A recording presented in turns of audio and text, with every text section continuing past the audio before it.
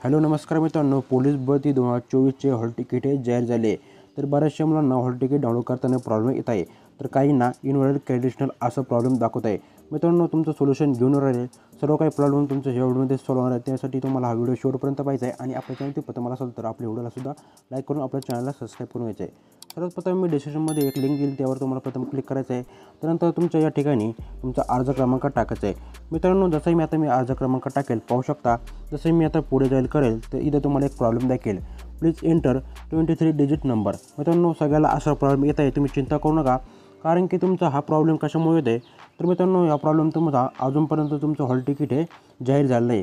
कारण की मित्रांनो, आता स्लॉट पडलेले आहे पोलीस भरतीचे. स्लॉटनुसार पोलीस भरतीचे हॉल तिकीट जाहीर होणार आहे. जसंही तुमचं हॉल तिकीट जाहीर होईल त्यानंतर तुम्हाला एक मेल येईल किंवा मेसेज येईल, त्यामध्ये तुम्हाला तुमचं हॉल तिकीट हे डाउनलोड करण्यासाठी ऑप्शनसुद्धा मिळणार आहे. त्यामुळे मित्रांनो, तुम्हाला चिंता करायची गरज नाही. तुमचं हॉल तिकीट तुम्हाला मेलद्वारे कळवले जाईल किंवा तुम्हाला SMS येऊ शकतो. तर मित्रांनो, जसंही मी आता लॉग इन करायचा प्रयत्न करतो आहे तरीसुद्धा माझं लॉग इनसुद्धा होत नाही. सर्व काही मी टाकून घेतलं आहे. कॅप्चावर सर्व काही प्रोसेसमध्ये मी टाकल्यानंतर माझं लॉग इनसुद्धा होत नाही. कारण की मित्रांनो, याचं एकच सोल्युशन आहे.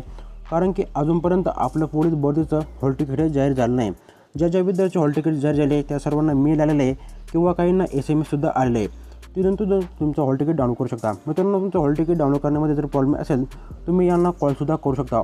ऑफिशियल हेल्पडेस्कचा नंबर आहे, तुम्ही या दरम्यान कॉलसुद्धा करू शकता. 10 ते 5 दरम्यान यांचं कॉलचे नियम आहे. त्या दरम्यान तुम्ही कॉल करून त्यांना प्रश्नसुद्धा विचारू शकता.